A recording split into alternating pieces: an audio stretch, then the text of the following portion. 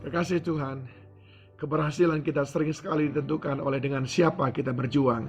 Perjalanan kita cepat atau lambat, tiba di tujuan atau tidak, sering sekali ditentukan dengan siapa kita seperjalanan. Sering sekali orang seperjalanan melemahkan semangat kita, tapi juga sering juga untuk memberikan semangat baru kepada kita.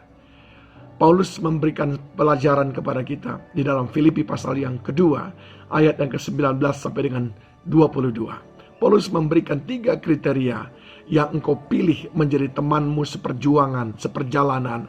Yang kau pilih menjadi orang-orang mendampingimu, menggenapkan rencana-rencana Tuhan dalam hidupmu. Yang harus engkau pilih untuk bersama-sama dengan engkau meraih kemenangan yang Tuhan sudah janjikan. Yang pertama, ayat yang ke-19 dan 20. Paulus berkata, "Karena tidak ada seorang pun padaku yang sehati. Tidak ada seorang pun, oleh sebab itu kirimkan Timotius." Yang pertama Paulus katakan, pilihlah Timotius, carilah Timotius yang menjadi temanmu seperjuangan, yang menjadi orang yang menolongmu.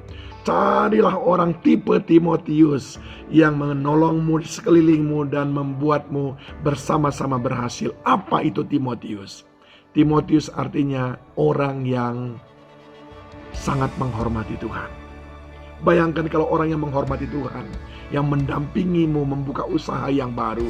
Bayangkan orang yang menghormati Tuhan, yang akan mengelilingi kehidupanmu. Bayangkan orang yang menghormati Tuhan, yang menjadi suamimu, yang menjadi istrimu. Engkau tidak perlu khawatir. Engkau akan meraih kemenangan bersama-sama, sebab engkau akan berdoa bersama-sama, engkau akan berjuang bersama-sama, engkau menjalankan usahamu, pekerjaanmu bersama-sama dengan takut akan Tuhan. Yang kedua, Paulus berkata, ayat yang ke-20 dan 21.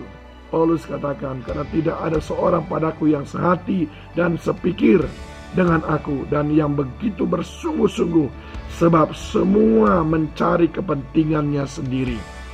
Partner, mitra kerja, orang-orang yang perlu bersama-sama dengan engkau adalah orang-orang yang memikirkan pikiran Kristus.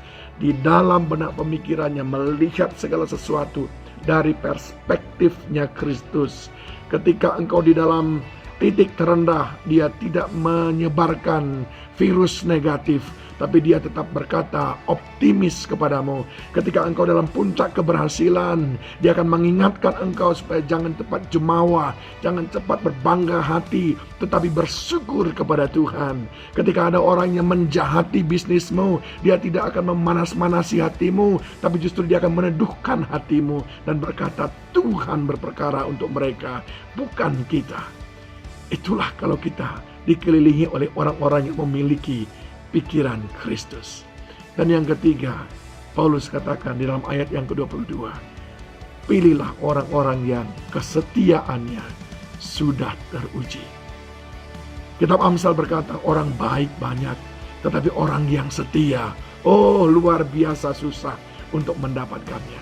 Tetapi kalau engkau ingin berhasil di dalam setiap rencana, dalam setiap perkara, di dalam setiap rencana Allah yang sudah Dia berikan kepadamu, pilihlah orang-orang yang sudah terbukti setia. 3 kriteria orang yang mestinya mendampingi hidupmu meraih kemenangan. Yang pertama, orang yang menghormati Allah. Yang kedua, orang yang memakaikan pikiran Kristus. Dan yang ketiga, orang yang setia. Tuhan Yesus memberkatimu. Shalom.